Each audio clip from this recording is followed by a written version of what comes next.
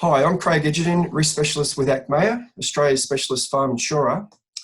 Our priority through these difficult times is to support the agricultural sector so our farmers can continue to produce fresh food and fibre for Australian families. As part of our recently launched Keeping Farmers Farming series, I'm here today with Colin Bannerman, who is from Blaine, and we'll talk about his experience shifting his bull sale online due to COVID-19. Welcome, Colin. Thanks, Craig. Welcome. Colin, beautiful day at the background there. Can you tell us a little bit about your farm? Yes, mate. My wife and I and our three little children, we operate an Angus stud here in Blaney on the Central Tablelands in New South Wales. Between our own farm and a couple of leased farms, we generally sell 30 to 40 bulls a year, mostly by auction and some by private treaty. Fantastic. And you recently had your annual bull sale. How did COVID-19 change the way you approached this year's sale from your previous bull sales? Craig, it changed it completely. In the week our sale was on the 4th of April. In the week leading up to that day, the government rules were changing daily about what people could and couldn't do. We really didn't know where we stood.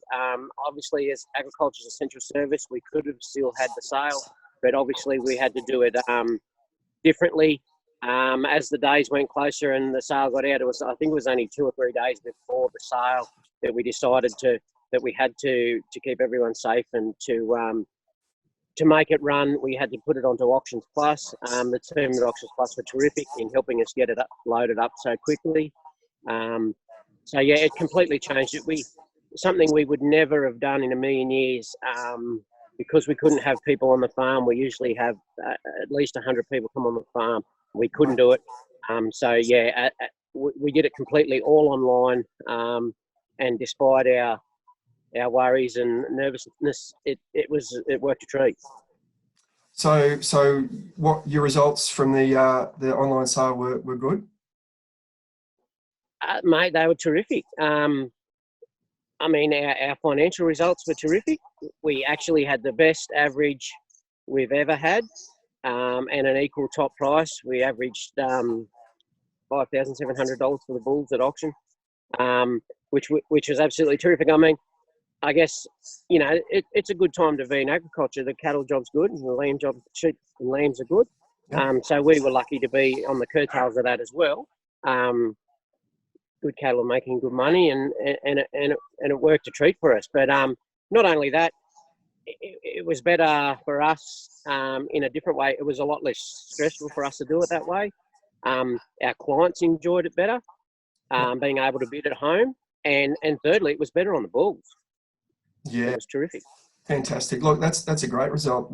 So will this change the way you approach your future bull sales?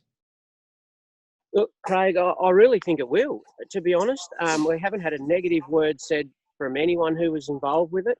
As I said, all those three things, it was better on us, better on the bulls, and better on our clients. And I guess this year we were forced to do something that, like I said, we wouldn't have done in a million years. We've had bull sales on farm since 2006. And that was just the way we do it. It was the way it was done. But I think not only in agriculture, but in everything. We'll probably look at a few things that we've always done and maybe do them differently. That's great. So what would your 3 key tips be to other farmers, I guess, if they're doing their bull sales online? Okay, so if you're going to change and do it online, obviously you need to be able to give your clients a good look at the cattle. So having as good of photographs and videos as you can have.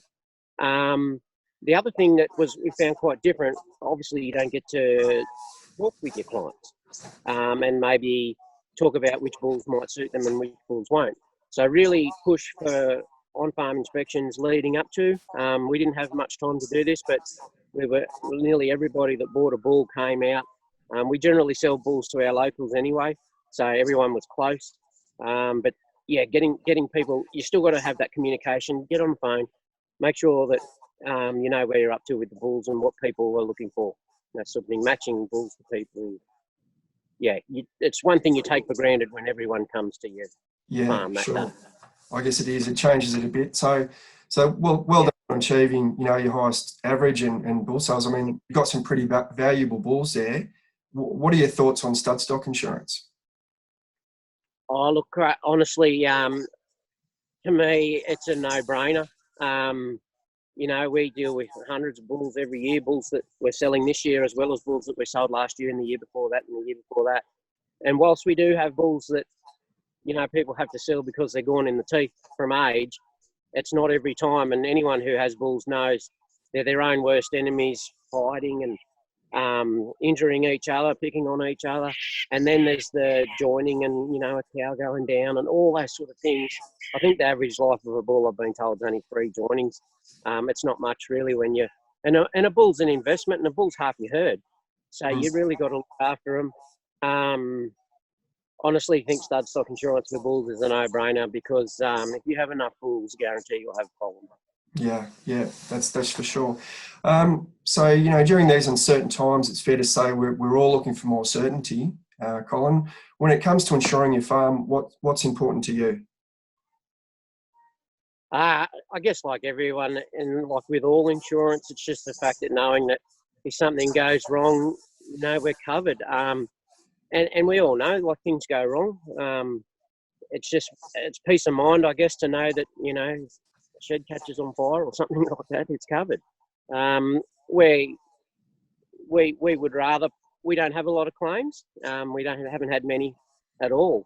So I would rather pay a little bit less each year and then pay a bit more if something was to go wrong. So that fits in well with our business. And I guess like any insurance, mate, it's just peace of mind.